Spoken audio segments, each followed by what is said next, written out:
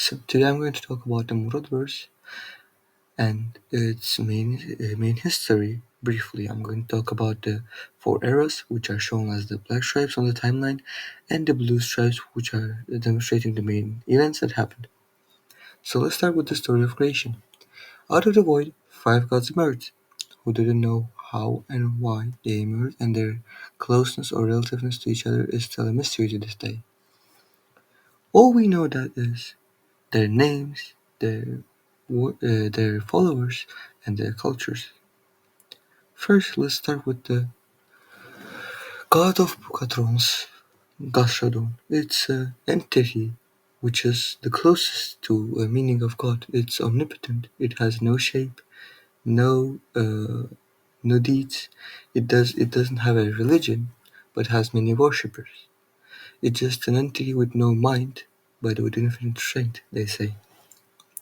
Our second god is Camelball.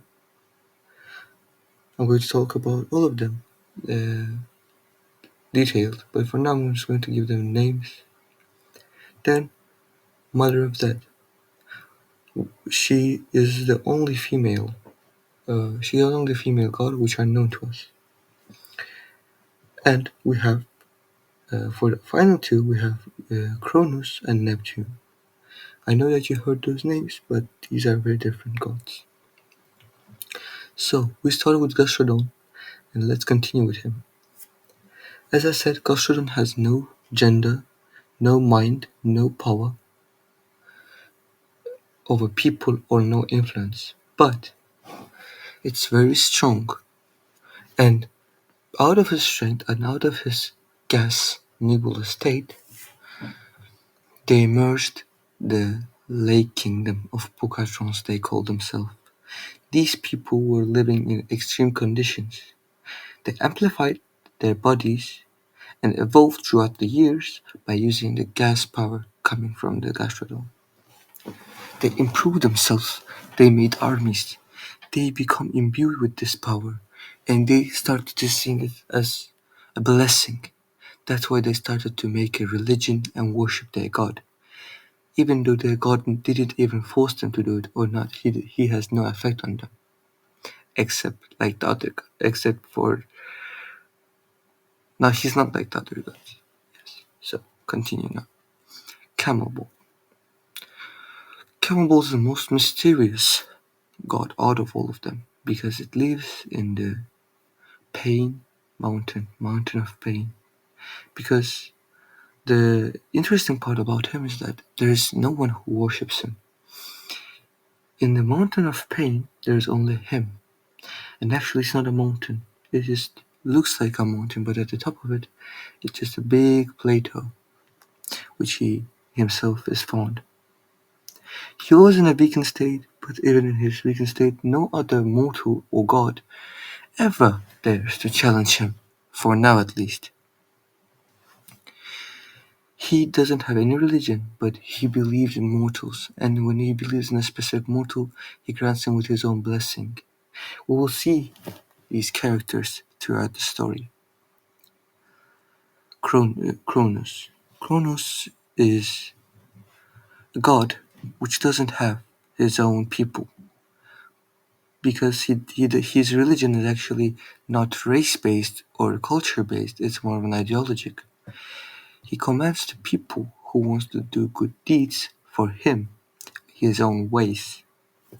He creates his own troop of assassins and warriors who fight for him, die for him, and do everything he told because they see salvation and goodness of his words and deeds. They are actually very strong, but they're not organized. That's why they could not conquer the world. We will talk about that truly in the second era.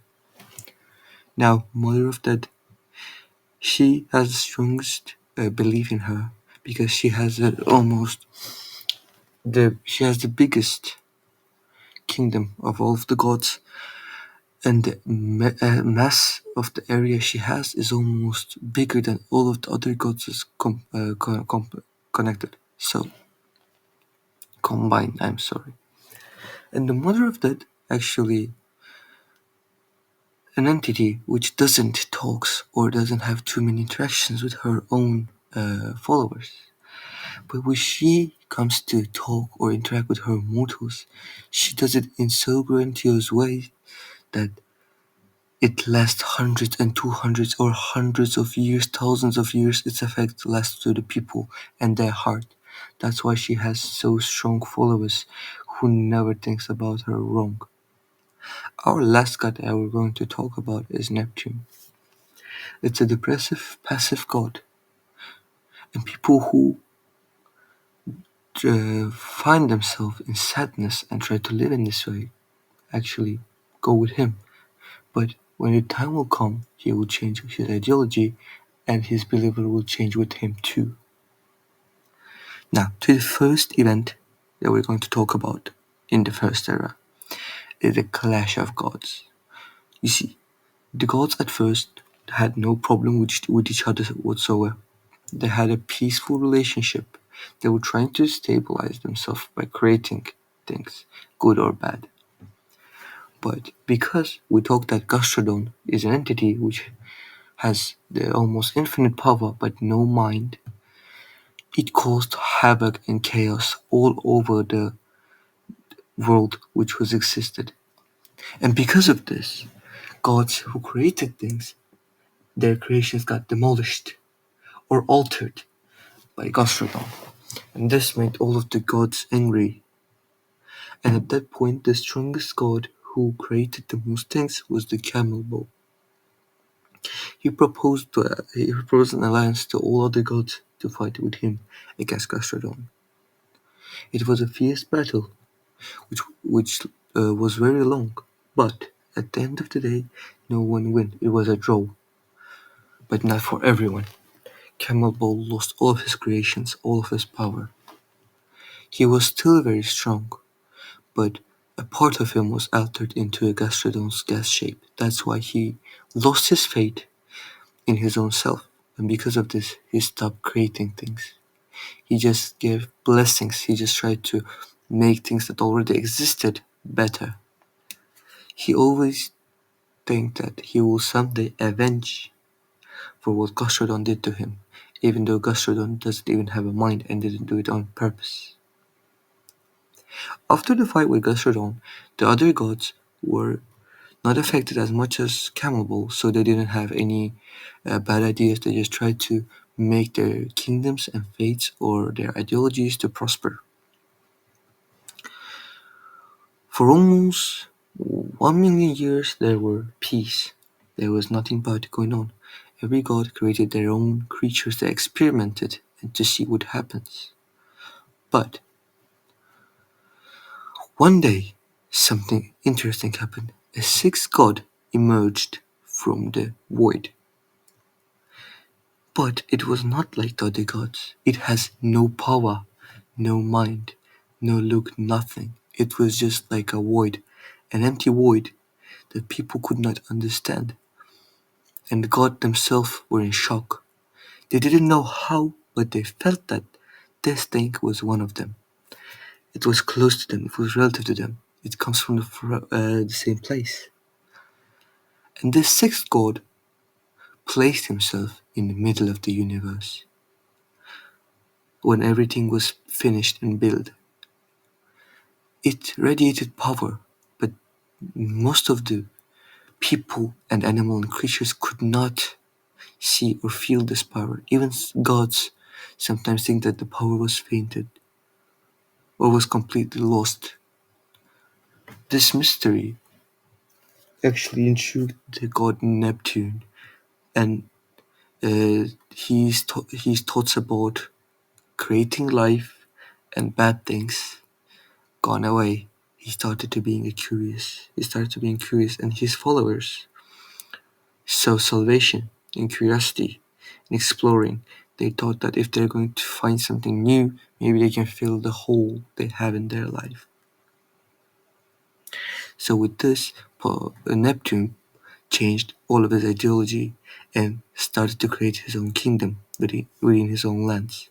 He and his followers were the closest one to the sixth god, even though they tried to be cautious. Sometimes some of the followers would just go to the god and never return, but their soul would still live on. So this was even a bigger mystery and made curiosity of Neptune even more. But not every god was curious about this situation. Kronos just ignored the god and continued his own deeds, but Mother of Death, was actually very, very scared of this god, so she just tried to be careful not to make it angry or not to go into its other side. In the meantime, Camel Bull just was interested and intrigued. What will happen to the world, or can he use the sixth god as an ally? Or is it even a god? Gastrodon started to have more physical appearance every day after the emergence of the sixth god, which made him even more of a religious figure in front of his own people, the Pukatrons. These events were the final parts of the first era. So, as you can see, that first era is just more of gods and how they create things and the polemics between with each other. This is actually very important because we will see the cultures are all emerging from gods, so we need to first learn about the gods to see what happens in the next part. Era 2. Era 2 is actually more interesting than Era 1 because it's a complete state where everything can change in very brief times. So, the second era starts with a crack on the void on the sixth god.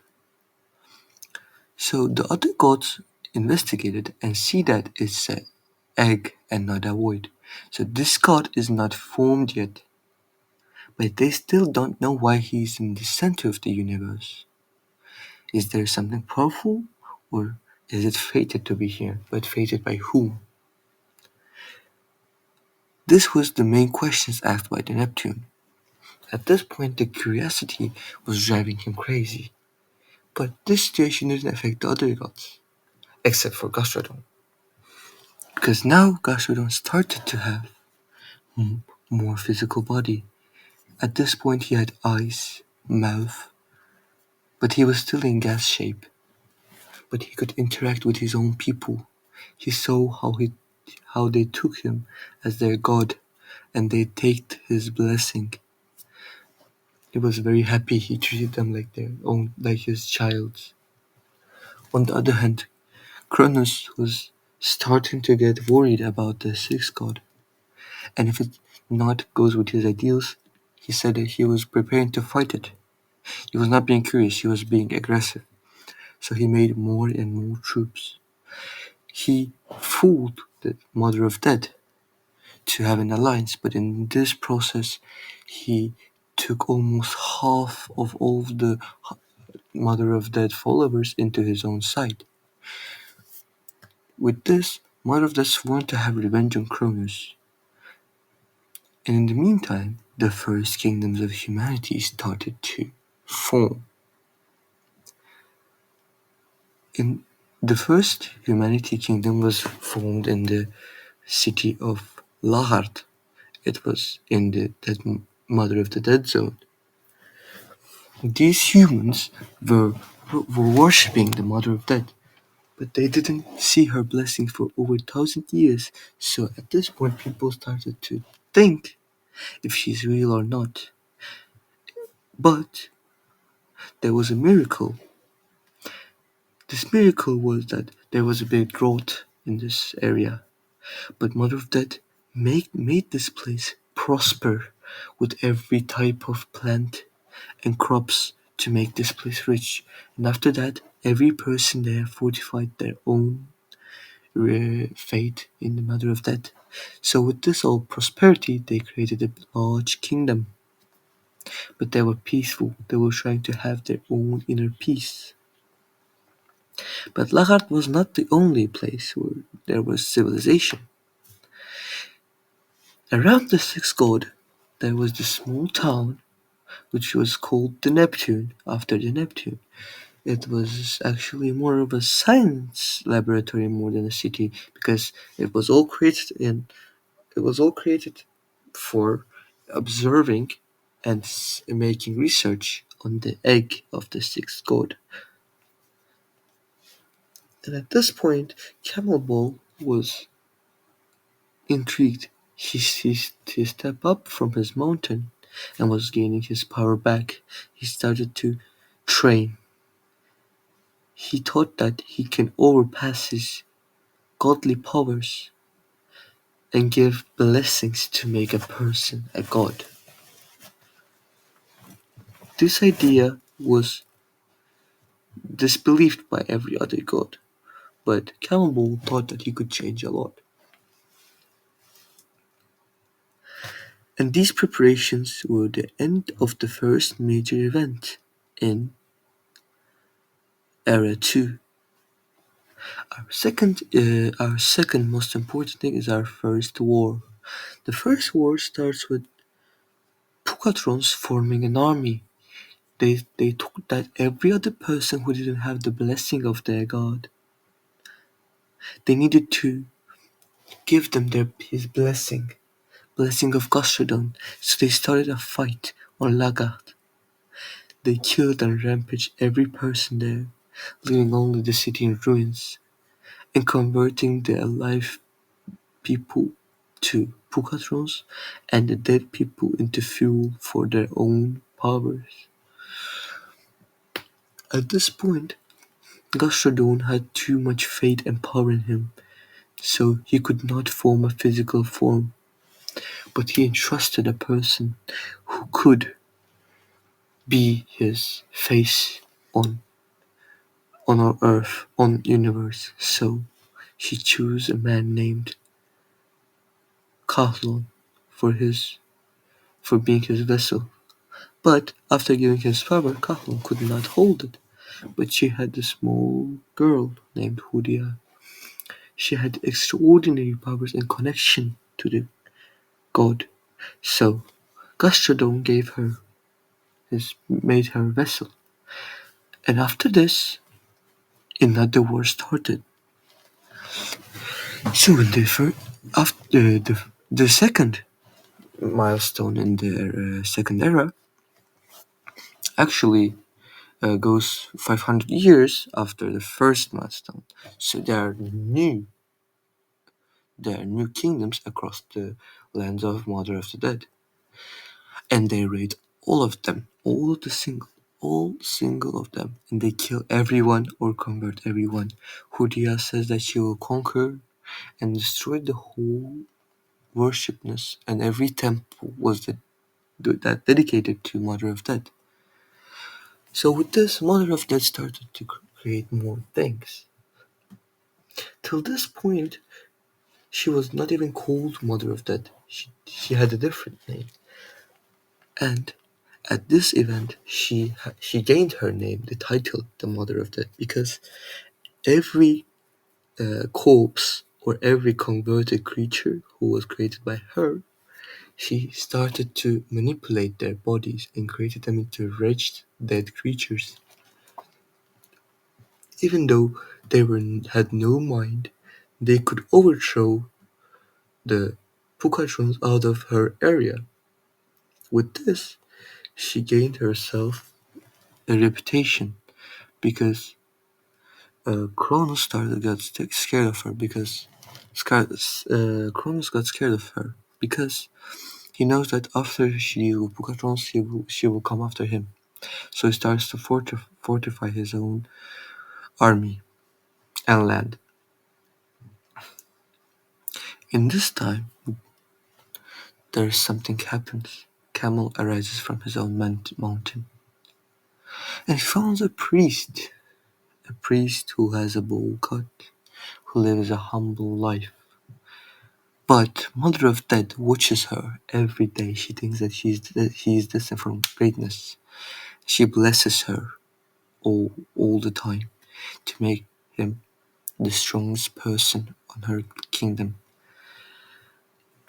This priest's name is Murad the First. Murad I starts to become a very strong warrior, and his fate in Mother of Death arises every day. But after Huria gets even a bigger army, she attacks the zones of Mother of Death, and she kills every single person, and she destroys every temple like she did, like she said.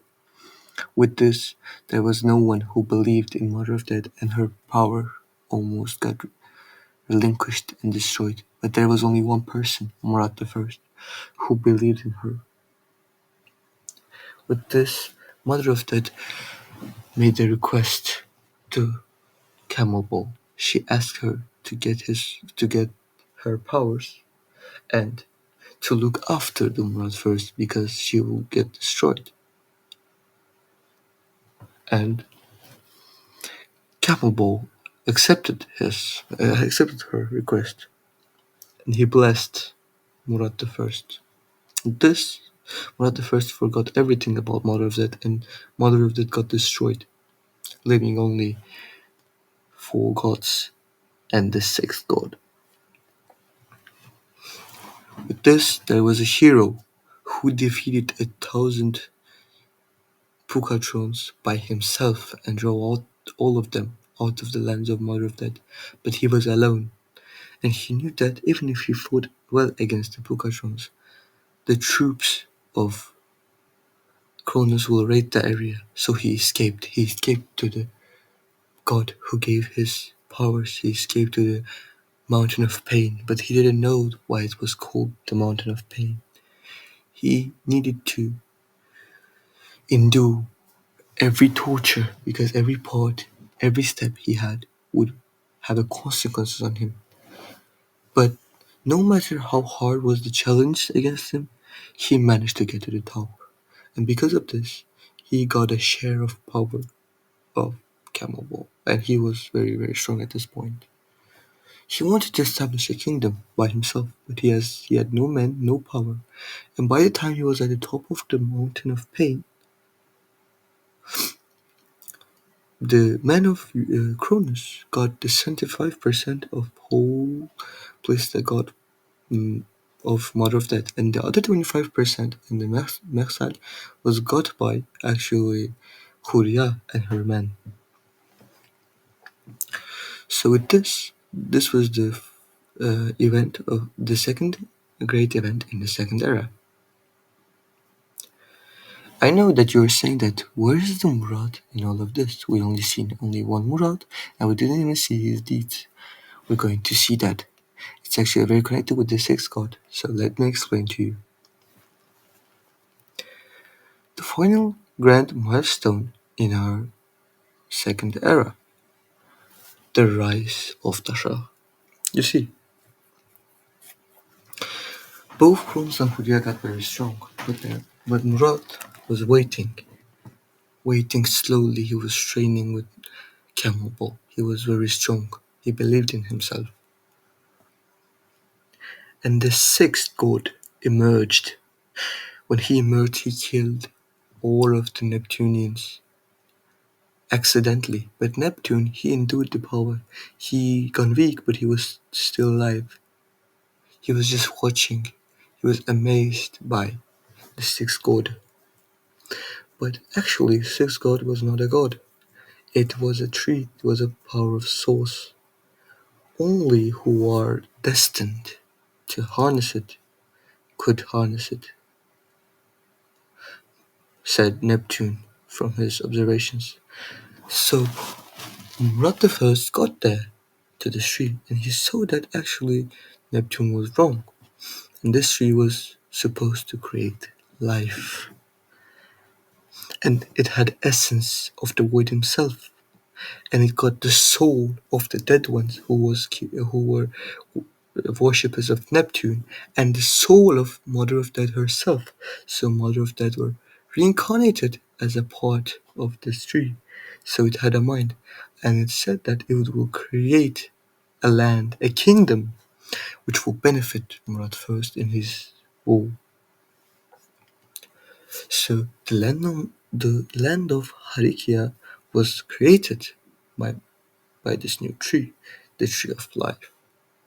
So Murad the first, he used everything that he learned from the gods, and he created a city that was impregnable, and he waited silently. First, Cronus attacked him with his troops. He had a duel with Cronus, and it was so close. But in his final moments, Cronus used his trick. He castrated Murad, Murad the First, because Murad the First was getting his power from his bows, like camel bow, and unexpectedly, an artifact, a god slayer, he used it to kill Murad the First. He castrated him, and without the camel's power, he fainted and died. But the city still could not be taken, and Cronus forfeited. But there was no leader, no one who could help them. Those innocent people who were trying to have a civilization, right? So, a guy named Janus, a young boy, who was actually the secret son of Murad the First, he learns it through a dream. He sees in his dream that a mysterious camel calls him, and that he is destined to find Gastrodon. So he goes to the mountain of pain, and he has no blessing, and he almost dies, but he gets saved by Camel, and he gets the blessing, even though he did not finish his path. So Janus got the title of Murad. He got the title of Murad II. So Murad is not a name, but a title, as you can see. Now, he, Murad II, or we can call him Janus, he got his army. He said that he's going to be benevolent. He will attack everyone before they can attack him. He will not be like his father. He will not fail, he said. And he created the biggest army till that point, even bigger than of the Pugatrons. And he attacked. He attacked the Pugatrons, but he didn't know one thing, that their land was filled with toxic gas that they could not breathe or live with. But still, with his blessing and his smart tactics, he could come to the castle of Huria, the castle of gas. It was floating. He got there, he challenged Huria onto a duel. He said that who will win will get the other's kingdom, and he made a promise. And at that point, the fight started. Janos displayed a great skill, and he almost killed Huria, but at the last moment, Gargatron completely got Huria's body and used all of his power against Janus. And Janus used Camel Ball's power too, but it did not help. And there, Janus was collapsed. He was created into Pugatron, and his name is later known as Mikush. This was the final event of the second era. This is the final major event. So, at this point, we know that Murat is a title who is blessed by Camel, and we are interested. Then what will happen? And what is the difference between Era 3 and Era 2, and why is there it's not a part of Era 2? Now, in Era 3, the Neptune forms an army. He again falls into a deep depression after seeing what happened and how Pukatrons and their gases destroyed the tree of life. Because he didn't know, but he was in love with the mother of death, and he was curious with the egg. So the both things he was loved were getting destroyed by the gastrodome. So he made an alliance. He made an alliance with Camelball, and he said that the vessel that they will form will be much more powerful, both than the first Murad and the Janus. But At this time there